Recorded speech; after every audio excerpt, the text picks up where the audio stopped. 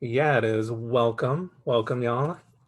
My name is Jose Angel Araguz, and I will be your host today. I'm the editor-in-chief of Salamander magazine, and we're here to celebrate our current issue, which I realize now I don't have a physical copy of it next to me, which would have been awesome. So actually, yeah, okay, Brittany's got a copy. I'll quickly spot, yeah. Actually, let me spotlight you for a second. Add spotlight, there it is. No, this is important to have Brittany showing it. So we've got that image because I'm going to share the first paragraph of my editor's note. And it's about this image. So that image on there is by an artist named Angela Weddle, a disabled artist um, whose disability informs her art in a number of ways, including her approach to style and everything. So, and you can find out more about her in the issue. So let me go ahead and remove Brittany. Thank you so much, Brittany. Didn't know I put you to work. Apologies. So yeah, no, welcome. So I'd like to start us off and welcome us to kind of set the tone for our reading by sharing just the first paragraph of the introduction of the editor's note from this issue and adding to it. So the cover art piece that Brittany just showed us is by Angela N. Weddle and is entitled Seclusion. And seclusion is a word that hits different these days. Seclusion has become an ally in terms of health, all of us in our respective lives keeping safe and as secluded as possible while tending to our daily needs. Seclusion has also intruded at times, making our private lives feel all that more private for the necessary lack of public interaction. We have glimpsed seclusion's effects in virtual sessions, our faces framed by what we would let others see of our living spaces. Sometimes seclusion sees a cat jump on a lap during class. Sometimes seclusion is furthered and a name stands in place of where a presence is. At other times, seclusion comes across like its kin isolation.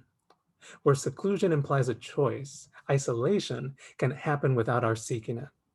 A virtual session ends, a celebration on the street streamed on a smartphone, a loved one's passing.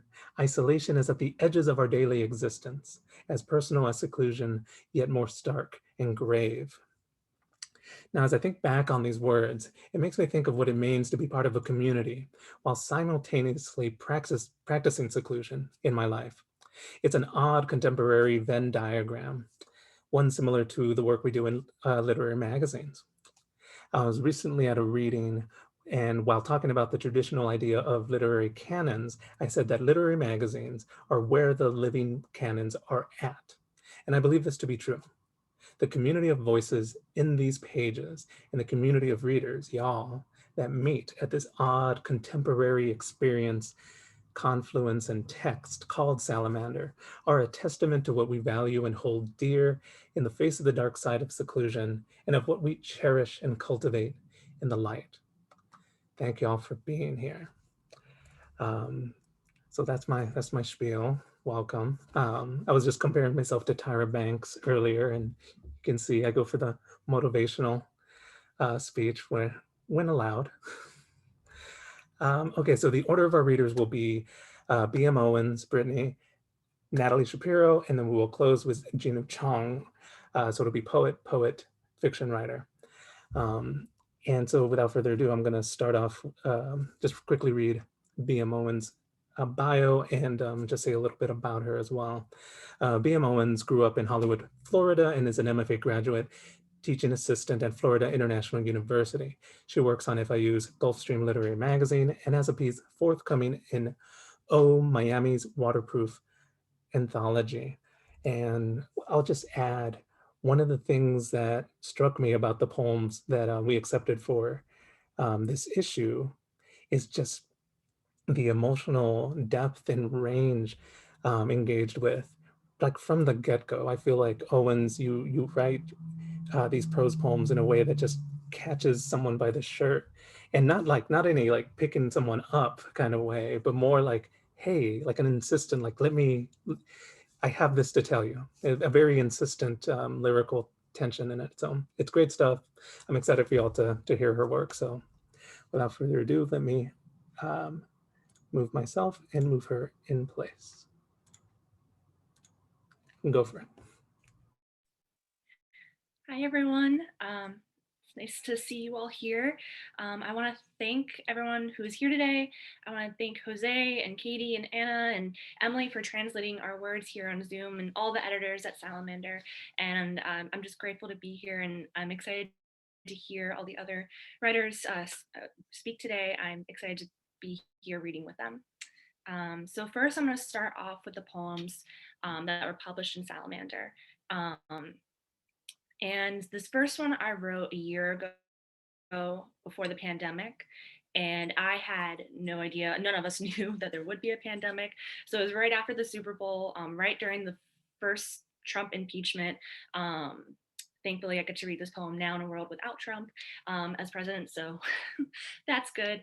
But at that time, the Karens were just on full force on Twitter, and I just got angry, and this is what came out. So the woman behind me in the Target checkout line pulls down People magazine, asking her friend why JLo was wearing that Cuban flag during the Super Bowl. I want to tear titles off the front page. Inappropriate and R-rated, the way Pelosi tore Trump's State of the Union speech. Instead, I shuffle through them. The friend asks, what was with Shakira's tongue thing? They snicker behind white hands.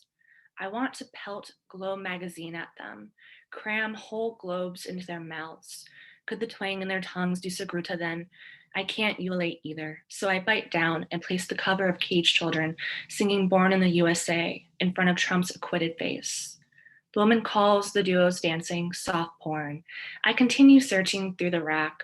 Trump's snub to Pelosi, intentional, not confirmed. Where's the title, Trump Grabs Pussies, Not Hands? The friend asks, don't they know children watch the game? I look for a shirtless Adam Levine cover from last year to throw into their carts because it was the courteous thing to do, Pelosi quoted.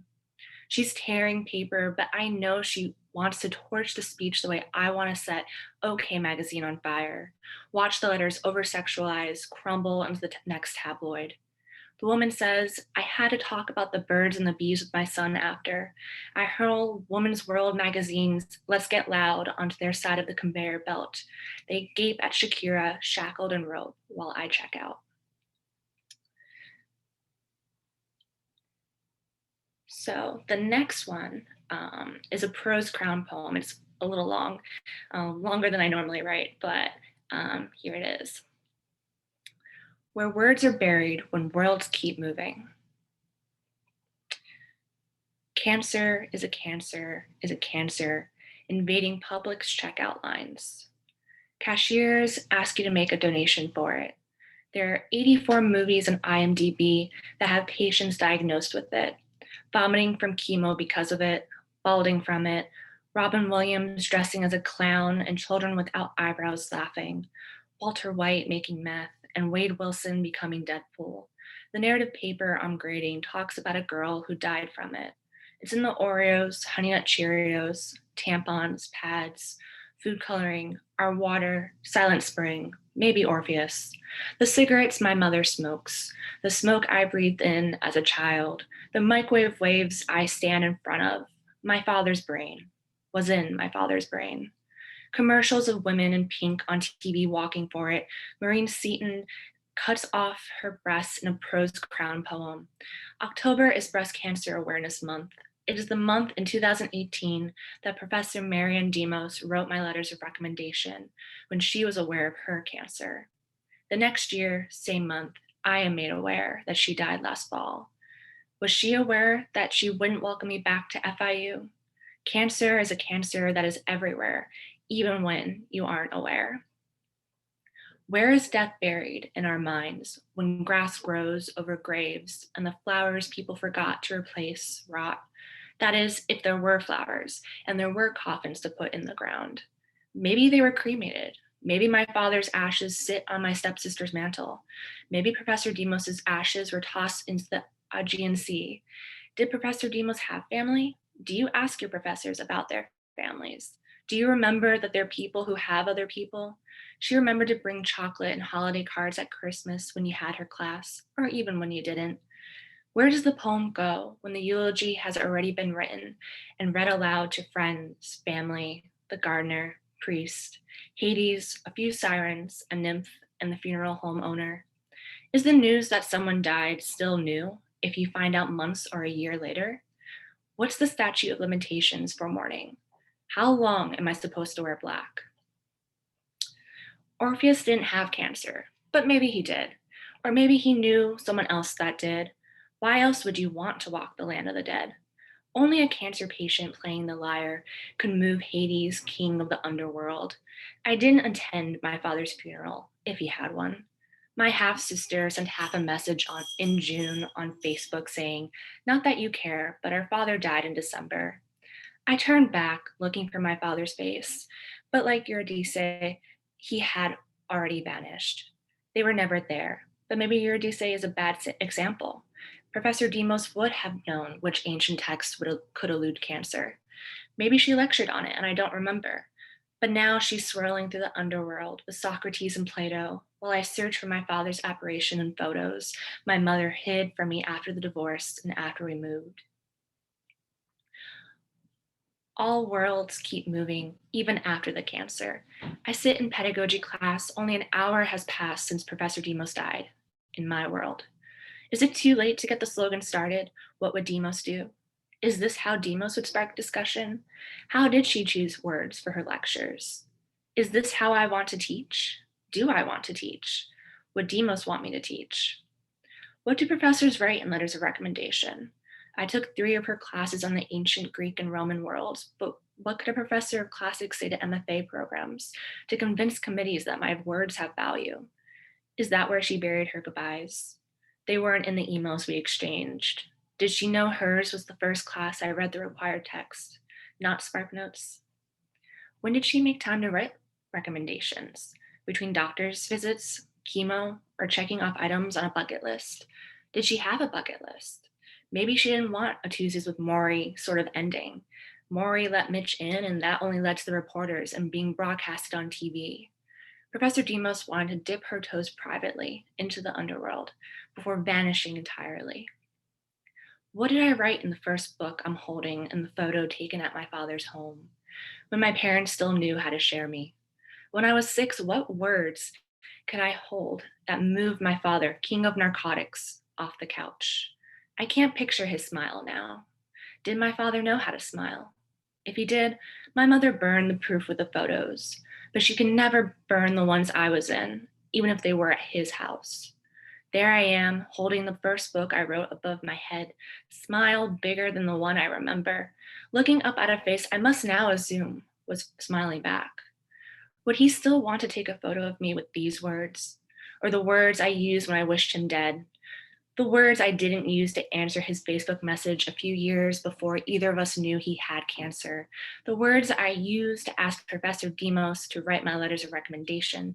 The words I couldn't say when another professor told me why Demos hadn't answered my thank you email. The words I used to write about the kind of teacher I want to be in my applications. The words in books I haven't written yet. What would my father's face look like if he saw all of my words?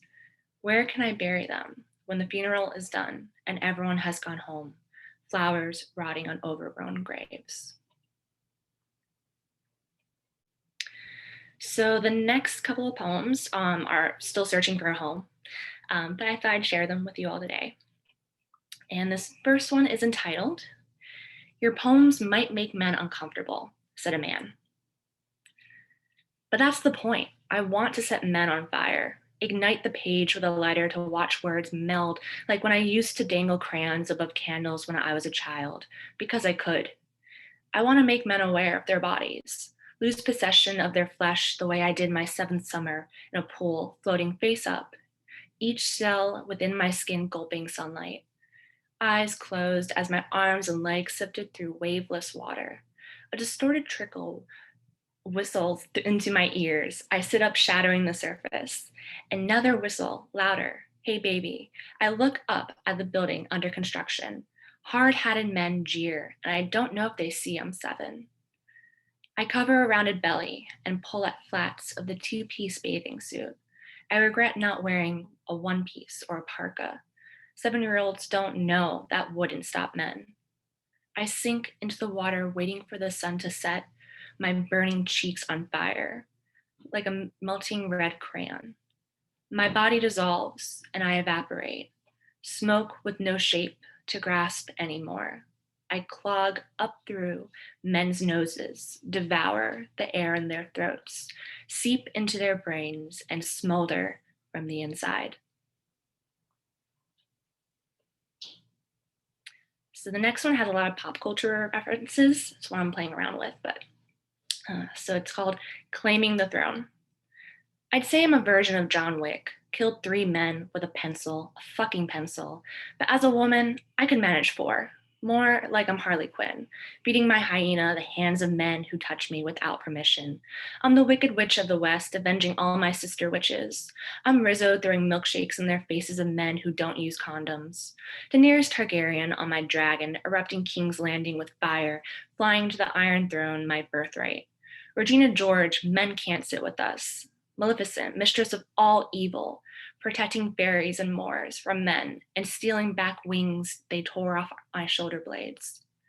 Queen of Hearts, for every man who interrupts me, off with their heads. I'm all 3 Sanderson sisters. Another glorious morning to hang the boys inside cages, strung from the ceiling, twirling beneath them, cackling because they called us chicks. Bianca Stratford, I punch his nose at the prom, that's for my sister. Kneeing him in the crotch, and that's for me. Debbie Jelinski, future widow, laughing in the car my husband bought as the present I gave him explodes in his arms. Ursula Seawitch, teaching Ariel a voice is more important than any prince. I'm Lilith. Think Chilly Adventures of Sabrina Lilith. I never really get the credit I deserve, slitting throats of teenage boys who force themselves on girls. Women are taught to fear power. I trap Satan in a body, overthrowing him and his coven of men, claiming the throne, hell, for myself, for all witches, for all women they couldn't hang, burn, silence. All right, the next and last poem I'm going to dedicate to my dog. I wouldn't have made it through this quarantine, this panorama without him. And again, I want to thank all the editors here at Salamander for inviting me to be here today. And thank you to all my mentors at FIU, Julie, Denise, Campbell, Richard, Marian, Demos, and all my fellow MFA friends who workshop all these drafts. These poems wouldn't exist without you. All right. My dog teaches me about self-care. His original owners choked him, tried to contain him to a tree with a heavy chain, left him outside alone with a prickly metal collar around his neck. He knew he had to run. He still has that urge sometimes. I see his paws bolting while he sleeps. He's still running from that family in dreams, the way I'm stumbling away from mine. He's smarter though. He growls and yips and tells them how their love is wrong and tears himself out of their grasp. He extends his leg too far and wakes himself up, a trick I have yet to learn. He circles the bed, shaking off the lingering clutch of that metal collar cutting into his skin. His fur still hasn't grown back. I stay awake watching him lick his paws until he's soothed to sleep again, where he dreams of foraging through trash and chasing squirrels and sniffing every angle of every leaf on a bush. He snores into me while fingers comb through his fur, and I want to love smells the way he does. I want to run towards every scent just because it makes me happy. I want to love myself so much that I'd fracture the chain around my neck. Thank you, everyone. All right, you're welcome to unmute for a second, do some snaps. Agree, Teresa, that last line. Yeah. Oh, that's a lovely. Beautiful. All right. Let's see, putting myself there. Agreed, gorgeous. Oh, Katie's asking, when can we meet your dog? We are dog friendly. Pets are the real MVP these days, right? They're always welcome to my classes. Maybe there's something about my voice. It's dog friendly, cat friendly. Oh, that was wonderful, Brittany. Thank you so much. And thank you all for interacting. I put Brittany's Twitter account info there as well. I'll be dropping other info about writers in there as well. Um, and yeah, no, especially that last one. That last one, just like going from the human bond between um, person and animal to something bigger. Like that's just exactly what I got out of your work. So thank you again, Brittany. All right. Such an empowering and unapologetic female voice. You're awesome, Brittany. Amen. Amen. All right. Want to introduce Natalie Shapero, whose bio, I hate to break it to you, Natalie, but like you don't have the shortest bio in the game. Like that goes to Ann Carson right now, I think, because I think hers says like Ann Carson lives in Canada. Mic drop, right? Um, but it's a cool bio. It's the bio it needs to be. So Natalie Shapiro's new book is Popular Longing. It's great. You should check it out.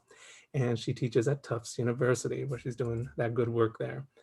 And what I want to share about Natalie's work, um, the first time I was introduced to it was through a review, and that just kind of it pulled me in. I saw the poems from the book before this one, and it really drew me in. It was powerful work, but it was watching her read at last September's or 2 Septembers ago's Writers Against Migrant Just or Writers for Migrant Justice reading, which Anna was a coordinator for, and I was a reader for as well. But watching Natalie just walk up and just do her thing, it's great presence. So in the back of my head, I'm like, gotta get her to a Salamander reading. Gotta. So I'm so glad that you're able to be here with us. So without further ado, I'm gonna stop my talking and let Natalie do her thing.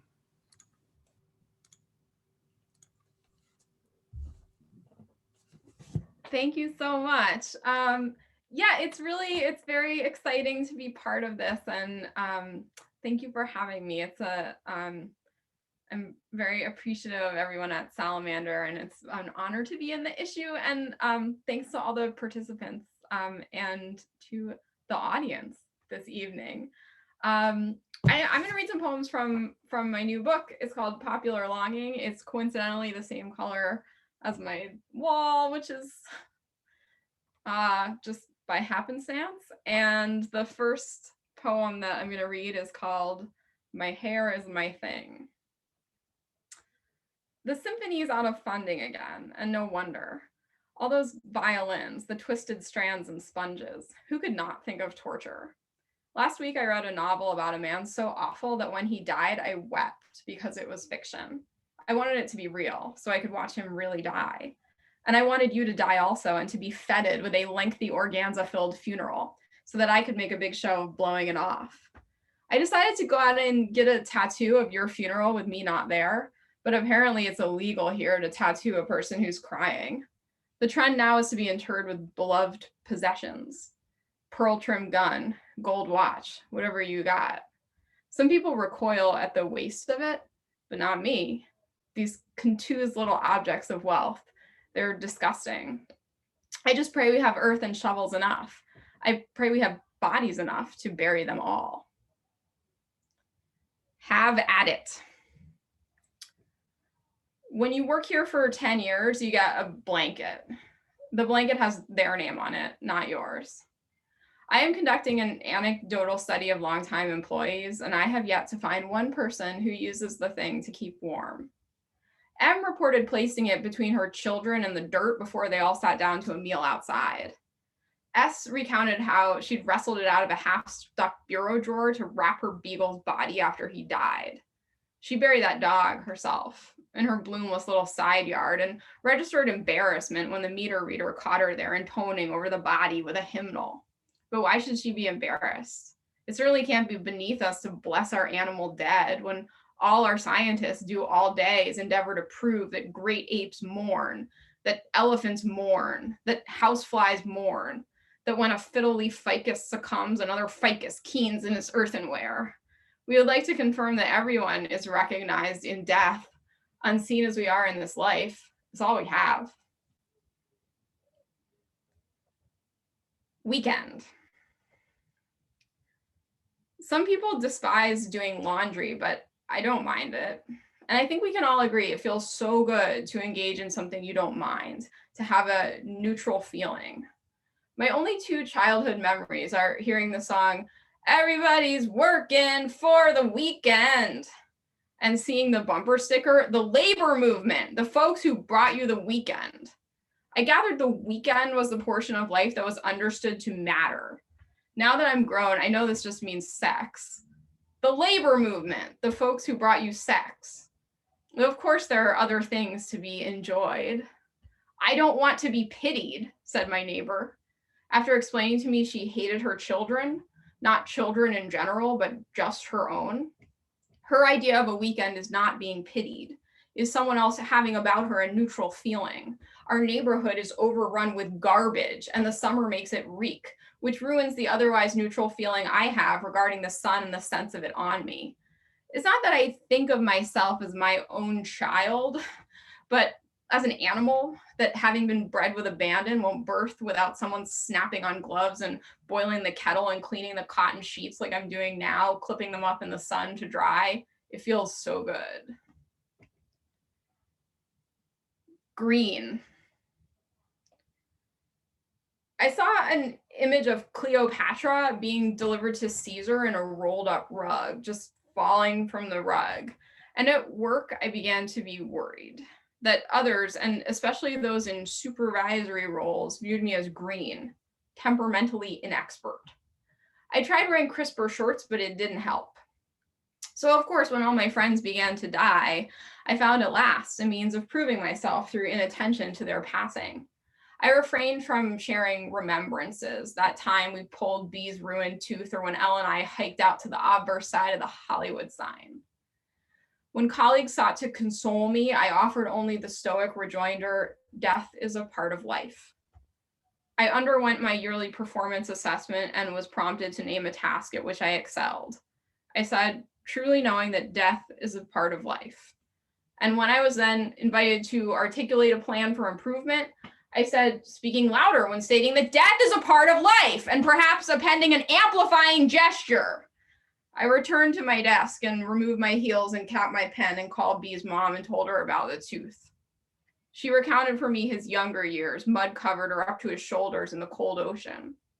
She said he had been ready to die, that through his suffering he'd sworn it several times. Though also he'd said several times that he was not ready, it was tough to know.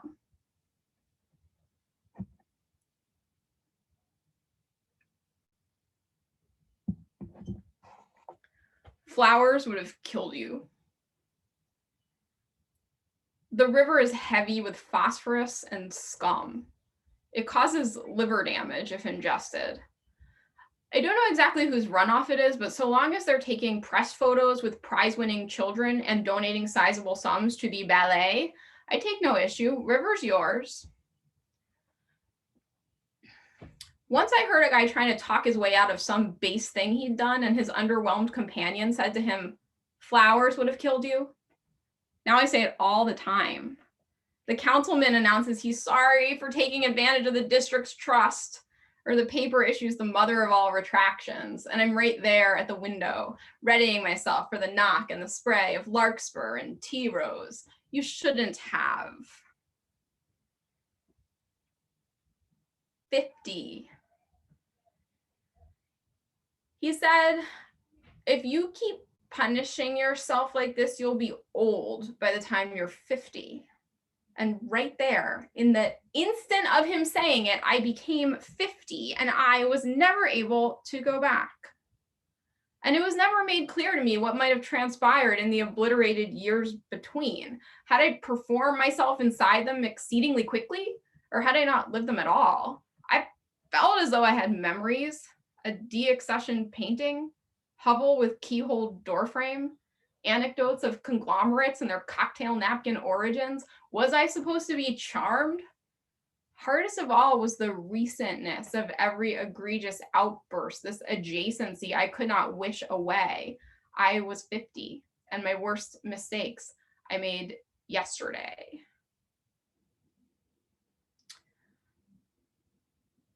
This next poem is called California.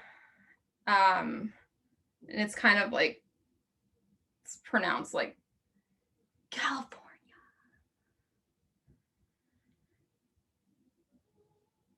We often ate late by flameless candles and took turns choosing how best to be disposed of. I want to be buried. I want everyone to be buried. I realize there's scarcely a spare acre left in the ground, but I just can't do without the indecorous transit from parlor to plot. I need that array of daytime headlights jolting the arid access road, the only remembrance that matters. Don't make a speech. For years, I would wonder whether the man who attacked me, in his memory, did the event of it persist as a dull sort of flash. And then he died and became himself just a flash in the mind of the world. And now I wonder, is he anywhere? I don't believe in hell. And also, I don't believe in nothing. So that leaves only heaven. I have a couple questions. It is my understanding that the weather in heaven has only a single setting, which is pleasant. I haven't spent real time in California, but friends of mine who've moved there say it's difficult, absent the changing of the seasons, to remember when things took place. With reference to always the lodgepole pine and the low bent needle grass, you get confused. Dates, sequences, even the people involved. You can almost imagine the whole thing was somebody else.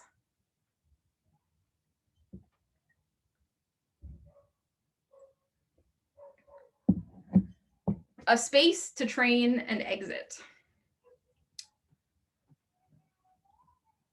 Maybe California is just plain easier with the commonness of outbuildings, raw looking cedar and sheet metal walls, or a runnel of sun getting in through the roof seam. Position the heavy bag, tighten the eye bolt, 25 right hooks, or pull up a chair and compose your suicide note. A space to train and exit. The purpose of having a body at all is to practice the keeping alive of domestic animals and plants. You dispense to yourself some minerals and some water. You expose yourself to the sun, and it helps you remember to do the same for those in your charge. If you could equip them with all they require, or else make it so they require nothing, you would not need your body at all. The suggested face for sorry. You and me, we are the opposites of twins in an old story. When I am in pain, you do not feel it. If I up and retch, you never guess. The city laid out poison along the tunnels and tracks meant for rats, and one day my dog ate some. She was fine. I've never been so jealous in my life. I want to do the things we do to die and then just take off sprinting in the steep ravine. In my dream, I walk my dog and you cross our path and she torques at you and rears and snaps. She senses you are wholly bad. They say animals can tell. It's like with earthquakes. You're supposed to scan the classified, searching for a sudden spike in the number of missing pets, and that's how you know to prepare. Maneuver away from shelving. Crawl to the nearest door frame. Get out of California. What are you waiting for? And this is my last poem. It's called Pennsylvania. Curveball. Other children, when I was a child, would at times invoke the inner light. I misunderstood. I thought it meant God scorches within us and God, like a torch, can go out. That was so long ago. I've since ceased my believing in death. There's no such thing. There's only a kind of a brownout, the whole of the globe shuttering off for a minute and then shuttering back, the same as it was, except one person short. And then before long, an utter new person is born. Somebody worse. Thank you. Awesome, awesome. Thank you so much. Let me remove spotlight. Feel free to unmute and clap for the poet. I like to do snaps. All right. Thank you so much, Natalie. I mean, I warned you. Like, I can also be hired as a hype man, like straight up. I'll show up to your shows and be like, oh, yo, so for any of my readers. Thank you, Natalie. I dropped Natalie's website link in the chat. You're welcome to check it out. I'll drop it again because the chat is moving. All right, and let me now transition and introduce our final reader, who also is the winner of our recent fiction contest, Dynamite Story, Jinwoo Chong. Jinwoo Chong is an MFA candidate for fiction at Columbia University. His work has appeared or is forthcoming in the Southern Review, the Florida Review, Craft, and has received support from Tin House and Zoetrope. All Story. He is an editorial assistant at One Story.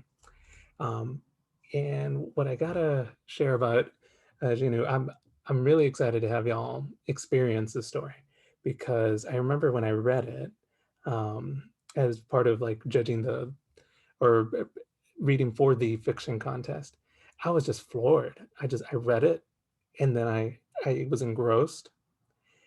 And then I stopped and I had to reread it again because I was like, what did I just read? But like in the best way.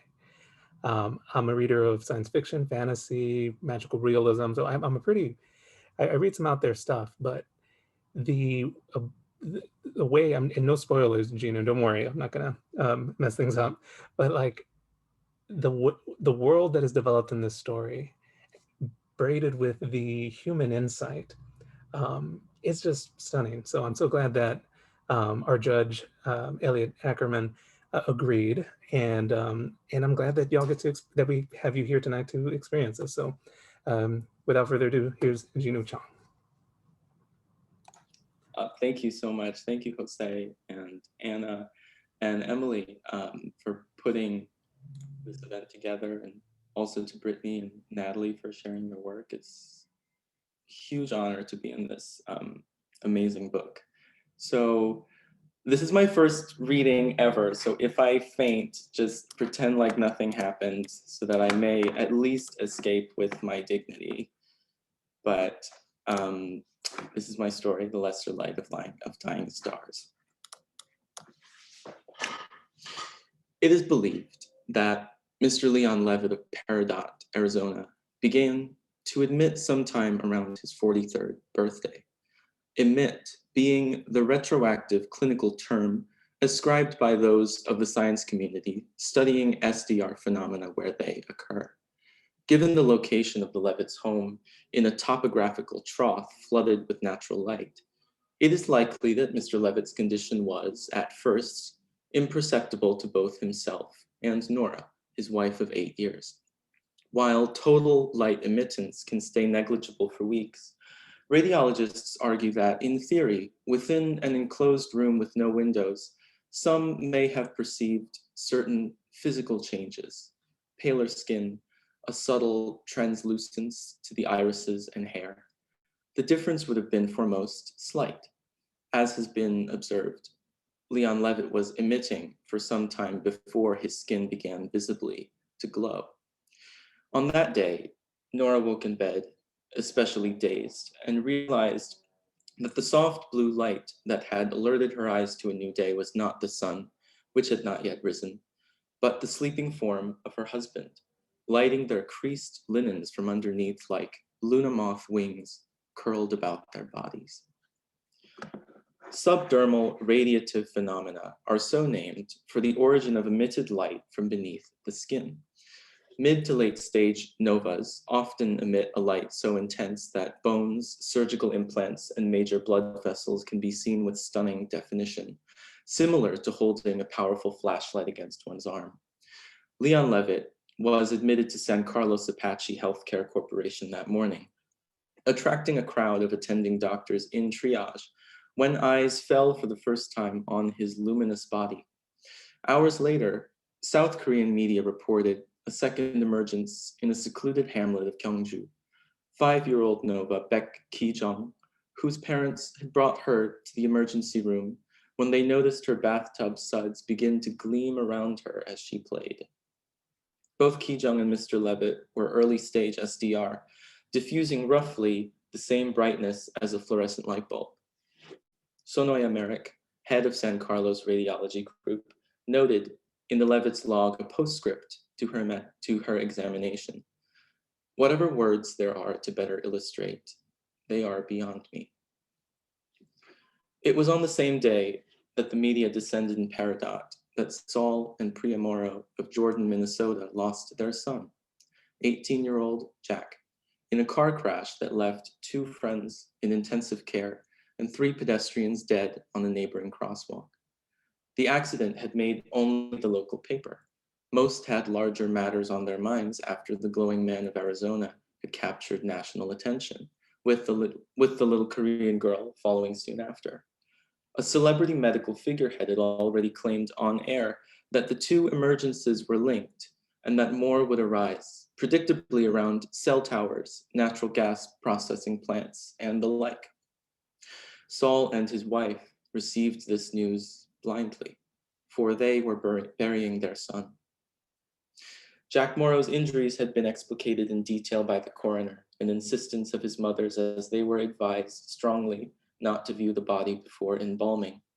The car had dipped slightly over the curb at 40 miles an hour, jamming its front axis, launching into a roll that crushed its roof against the side of a nearby craft store. The top of Jack's skull had been lopped off by the bent metal. Broken windshield glass had severed his nose and ears, and he had died in the brief amount of time it had taken for his lungs to collapse. Fortunate, the coroner said. Priya had raised her head ablaze upon hearing the word, but did not speak. She gave a lasting look to the wall, behind it, the empty room where her son lay. Saul Morrow squeezed his wife's hand.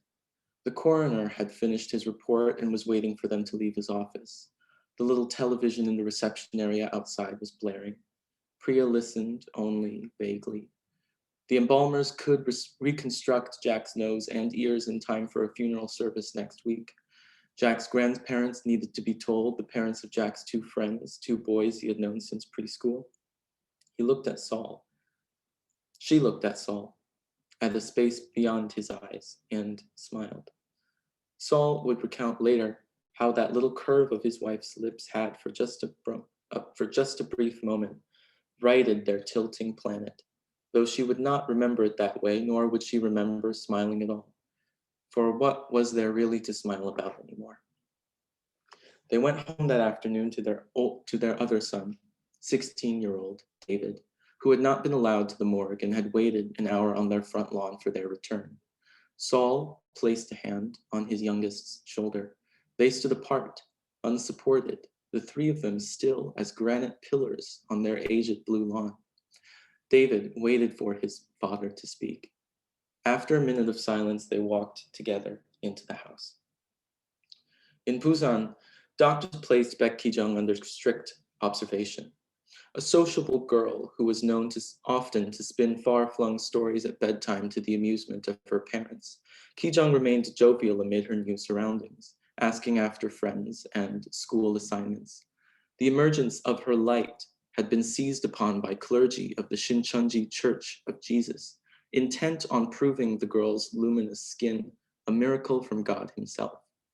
Within the week, 6 cases had emerged in Africa, 12 more in the Americas, 18 combined in Europe and Asia, the majority of which were co-opted by various religious groups and sects as similar divine acts. Ki-jung pointed to a photograph of herself that appeared one evening on television, saying nothing. Her mother, Ki-won, requested the cable disconnected.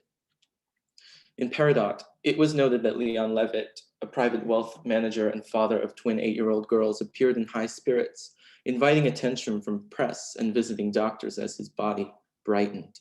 He quipped to reporters that he expected a check for reducing the hospital's electric bill. His presence in the darkened room now tended to give the appearance of the space being lit by stage lights. His pearly white skin had begun to obscure details of his face. Only film calibrated to the lowest levels of exposure could accurately capture his image. Nora Levitt, taken to sleeping alongside him on a pull-out bed, eventually relocated at his insistence to a hotel across the street, where she and their girls could look out the window and see the corner suite on the 8th floor flash in the night behind shades pulled futilely across. A UN-appointed council of the world's leading radiologists had been assembled to study the emergences.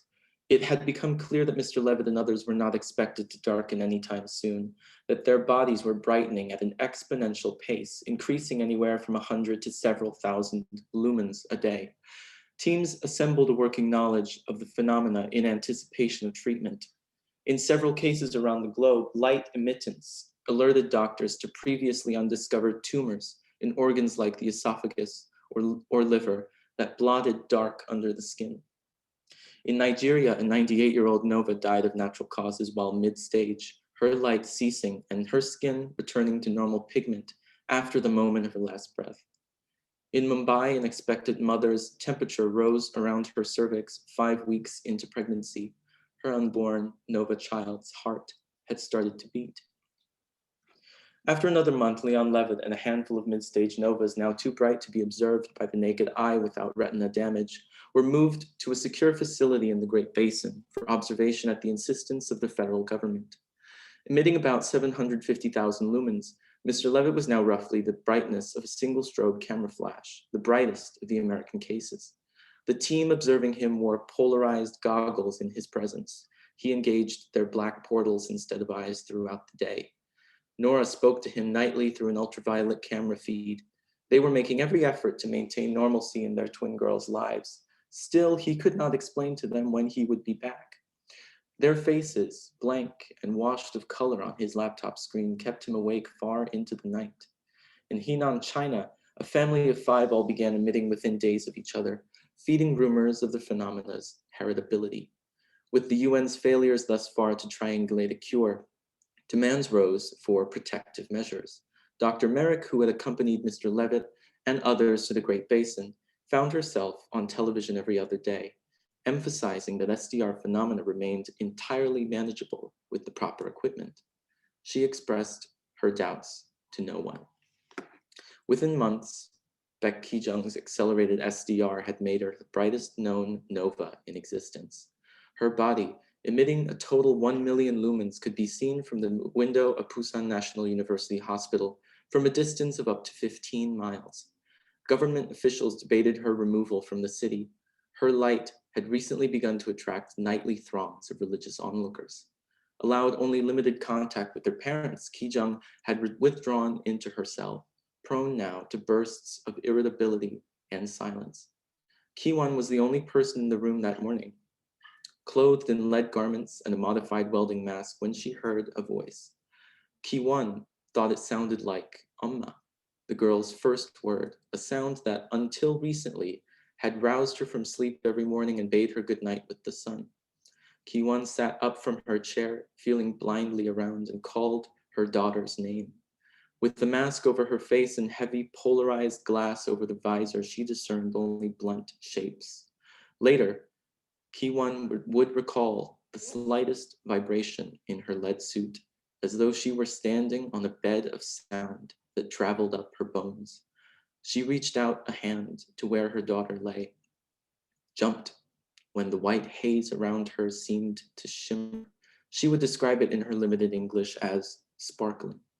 Then all at once went out. Ki-won stared at the sudden blackness inside her helmet and fell to the floor.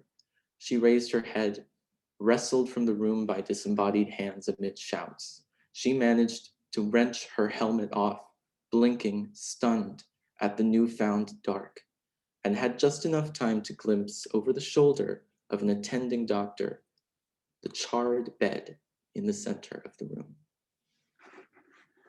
Thank you, everybody. All right, let's hear some claps. Let's show our reactions. That was awesome. I for sure warned you all that this was going to be really good. Oh, and we're honored. Thank you for sharing that this is your first reading. And what a reading.